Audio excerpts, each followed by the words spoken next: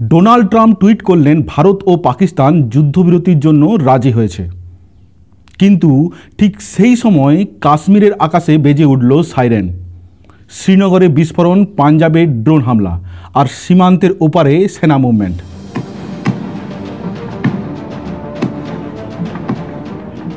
পাকিস্তান বলছে আমরা কড়া জবাব দিয়েছি, ভারত বলছে আমরা প্রতিহত করেছি। কিন্তু প্রশ্ন হলো, এই যুদ্ধে কে জিতল? কি পেল ভারত? কি হারালো পাকিস্তান? এই প্রশ্নের উত্তর মিলবে এই ভিডিওতে। তাই অনুরোধ করব ভিডিওটি শেষ পর্যন্ত দেখুন, কারণ সোশ্যাল মিডিয়ায় এখন সত্য আর মিথ্যের মধ্যে পার্থক্য করা খুবই মুশকিল।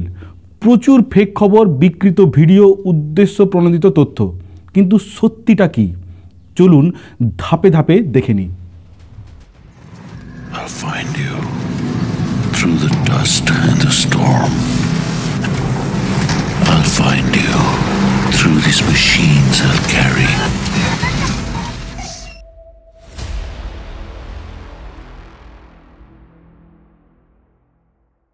প্রথমত, পুলওয়ামা হামলার পুনরাবৃত্তির মতো ঘটনা ঘটে যাওয়ার পর ভারতের অপারেশন সিন্দুরের মাধ্যমে পাকিস্তানের 9টি সন্ত্রাসবাদী ক্যাম্পে আঘাত হানে। সবকটি হামলাই ছিল টার্গেটেড প্রিসিশন স্ট্রাইক। পাকিস্তান এর একটিও প্রতিহত করতে পারেনি। এই হামলায় এই বার্তাই দেওয়া হয়েছিল, সন্ত্রাসের জবাব শুধু ডিপ্লোমেসির মাধ্যমে নয়, সরাসরি অ্যাকশনে হবে। আর সেই অ্যাকশন ঠেকানোর ক্ষমতা পাকিস্তানের নেই। দ্বিতীয়, এটি খুবই গুরুত্বপূর্ণ, ভারত প্রমাণ করে দিয়েছে পাকিস্তানের সরকার সরাসরি জঙ্গি গোষ্ঠীগুলির সঙ্গে যুক্ত। এতদিন পাকিস্তান কেবল অস্বীকার করে এসেছে, আমরা জানি না কে, কবে, কারা এসব কাজ করেছে। আমরা জানতাম না ওসামা বিন লাদেন ওখানে লুকিয়েছিল। সবাই জানতো, কিন্তু সরকারি প্রমাণ ছিল না। কিন্তু আজ তার মুখোশ খুলে গেল। এটা বিরাট বড় অ্যাচিভমেন্ট। যে সন্ত্রাসবাদীরা আন্তর্জাতিকভাবে ইউনাইটেড নেশনের দ্বারা স্বীকৃত টেররিস্ট, তাদের মৃতদেহ পাকিস্তানের সেনাবাহিনীর তরফে রাষ্ট্রীয় পতাকা দিয়ে মরা হচ্ছে, শ্রদ্ধা জানানো হচ্ছে সামরিক পোশাকে। এই চিত্র গোটা বিশ্বর কাছে তুলে ধরছে পাকিস্তানের রাষ্ট্রীয় সন্ত্রাসবাদ ব্যবস্থাকে। অন্যান্য যে কোনো দেশ তাদের সর্বোচ্চ নেতা বা যুদ্ধে শহীদ সৈনিকদের এরকমভাবে রাষ্ট্রীয় মর্যাদায় বিদায় জানায়, আর পাকিস্তান আব্দুল আজাহারের মতো সন্ত্রাসবাদীদের। তৃতীয়, সন্ত্রাসবাদীদের মনে ভয় ঢোকানো।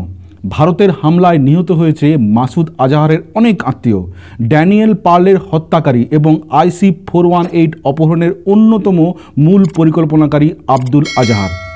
এদের মৃত্যু শুধু কৌশলগত নয়, প্রতীকীভাবেও একটি বার্তা। তুমি যদি ভারতকে হামলা করো, তুমি ও তোমার পরিবার কোথাও নিরাপদে থাকবে না। এমনকি পাকিস্তানের ভিতরে ঢুকেও অ্যাকশন করার ক্ষমতা রাখে ভারত। এটা এবার স্পষ্ট। ভারতের টার্গেটেড স্ট্রাইকে নিহত হয়েছে ড্যানিয়েল পার্লের হত্যাকাণ্ডের মূল অভিযুক্ত ও অপহরণকারী, যার বিরুদ্ধে যুক্তরাষ্ট্র দীর্ঘদিন ধরে বিচারের দাবি জানিয়ে আসছিল। পাকিস্তান যাদের উপস্থিতির কথা বারবার অস্বীকার করে আসছিল, তা প্রকাশ্যে চলে আসে। এই সন্ত্রাসবাদীর মৃত্যু পাকিস্তান সরকারের কাছে শুধু পরাজয় নয়, লজ্জার বিষয় হওয়া উচিত ছিল। কিন্তু কি দেখা গেল?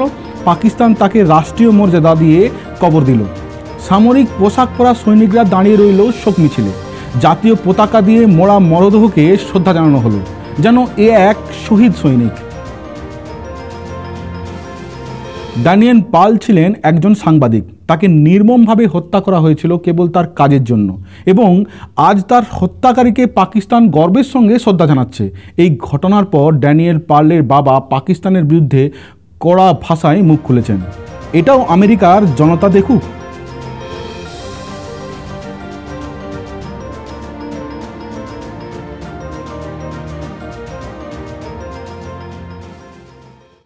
পাকিস্তান দাবি করেছে তারা নাকি ভারতের মিলিটারি বেস এবং এয়ার স্ট্রিপ ধ্বংস করেছে, ভারতের যুদ্ধবিমান গুলি করে নামিয়েছে। কিন্তু কোনো প্রমাণ নেই, বরং ভারত সরকার তথ্যসহ প্রমাণ করে দিয়েছে দেশের কোনো মেজর মিলিটারি ক্ষতি হয়নি। हमारे S-400 व ब्रह्मोस मिसाइल बेस को नुकसान पहुंचाया, जो कि बिल्कुल गलत है। दूसरा, उसका ये भी मिस इन्फॉर्मेशन कैंपेन था कि हमारी एयरफील्ड्स जो कि सिरसा, जम्मू, पठानकोट, बठिंडा, नलिया और भुज में है। ये उसका मिस इन्फॉर्मेशन भी बहुत गलत है। तीसरा, पाकिस्तान के मिस इन्फॉर्मेशन कैंपेन के मुताबिक हमारे एम्यूनिशन डंप्स जो चंडीगढ़ और बियास में है उसका डैमेज हुआ, यह भी बिल्कुल गलत है। हमने आपको मॉर्निंग ब्रीफिंग में बताया था विथ फैक्ट्स एंड फिगर के साथ कि ये सारी चीज़ें बिल्कुल सही सलामत है। পাকিস্তান একটাই সফলতা দাবি করতে পারে, ভারতের সীমান্তে কিছু ড্রোন ও মিসাইল ছুঁড়েছে, যার কিছু ধ্বংস হয়েছে, কিছু দুর্ভাগ্যজনকভাবে সাধারণ নাগরিকের প্রাণ নিয়েছে। মন্দির, গুরুদ্বারা, স্কুল, এমনকি হাসপাতালে পর্যন্ত আঘাত করেছে। কিন্তু সেটাও তাদের অর্জন নয়, বরং এটি একটি ব্যর্থতার প্রমাণ। एक निंदनीय और अनप्रोफेशनल एक्ट के तहत पाकिस्तान ने श्रीनगर, अवंतीपुर और उधमपुर के वायु सेना अड्डों पर चिकित्सा केंद्र और स्कूल परिसर को निशाना भी बनाया, जिससे उसके द्वारा सिविल इंफ्रास्ट्रक्चर पर हमला करने की गैर जिम्मेदाराना प्रवृत्ति फिर उजागर हुई। ভারতের এয়ার ডিফেন্স সিস্টেম প্রত্যেকটি মিসাইল ও ড্রোনকে নিউট্রালাইজ করতে সক্ষম হয়েছে। পাকিস্তান বরং ইচ্ছাকৃতভাবে সিভিল ফ্লাইট খোলা রেখেছিল, যাতে ভারতীয় জবাবে কোনো দুর্ঘটনা হলে আন্তর্জাতিক সহানুভূতি আদায় করা যায়। এটাও দেখায় যে কে দায়িত্ববান, কে দায়িত্বজ্ঞানহীন। चिंता का विषय यह रहा कि पाकिस्तान ने लाहौर से उड़ान भरने वाले नागरिक विमानों की आड़ लेकर अंतर्राष्ट्रीय हवाई मार्गों का दुरुपयोग किया ताकि वे अपनी गतिविधियां छिपा सके।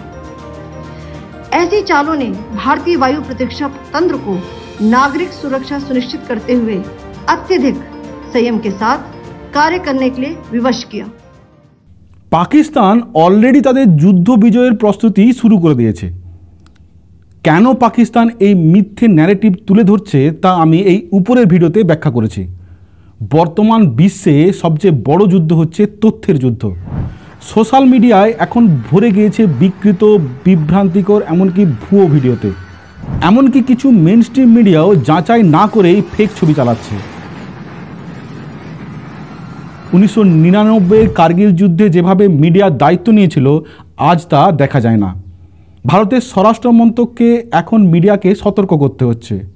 এই পরিস্থিতিতে সাধারণ নাগরিক হিসাবে আমাদের করণীয় হলো সরকারিভাবে প্রকাশিত প্রেস রিলিজ ও প্রেস কনফারেন্স অনুসরণ করা, অল্ট নিউজ, পিআইবি ফ্যাক্ট চেকের মতো ফ্যাক্ট চেকিং সাইট ফলো করা এবং যে মিডিয়া গ্রাউন্ড রিপোর্টিং করে তাদের বিশ্বাস করা, নিউজ রুমে টক্সিক চিৎকার শোনা থেকে বিরত থাকা। One of India's most watched news channels claimed Indian tanks had crossed into Pakistan. बीच में आके कराची पोर्ट पे आग लगा दे, मजा आ जाएगा। एक बार नेवी वाले आप भी जरा अपना इसमें हिस्सा डालो। এই যুদ্ধের পর ভারতের পরবর্তী লক্ষ্য পরিষ্কার, পাকিস্তানকে আন্তর্জাতিক মঞ্চে কণ্ঠাসা করা, প্রতিটি আন্তর্জাতিক ফোরামে তুলে ধরা যে দেশ রাষ্ট্রীয়ভাবে সন্ত্রাসবাদীদের শ্রদ্ধা জানায় তারা বিশ্ব শান্তির পক্ষে হতে পারে না। এই ছবি ভবিষ্যতে ভারতের অস্ত্র হতে চলেছে এবং পাকিস্তান এদের সেকেন্ড লেভেল ডিফেন্স মনে করে, যা ওয়েল ডকুমেন্টেড।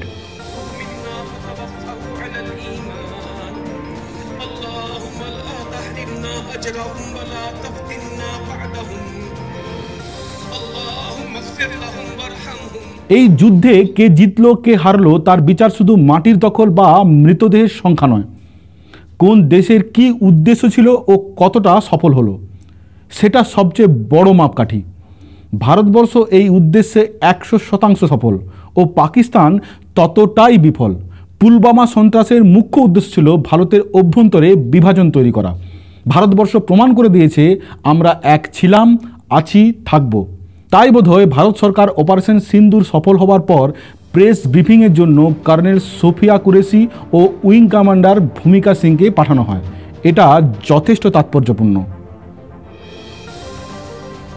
আমাদের ইউনিটি আমাদের শক্তি, যেটা পাকিস্তান ভাঙতে চায়, ভবিষ্যতেও চাইবে। তাই যুদ্ধ এখানেই সমাপ্তি নয়, ভারতের এখনও অনেক কাজ বাকি। আর ইতিহাস বলছে পাকিস্তানকে বিশ্বাস করা যায় না, তবে জয় সব সময় সত্যের হয়। অতীতেও হয়েছে, ভবিষ্যতেও হবে। নমস্কার।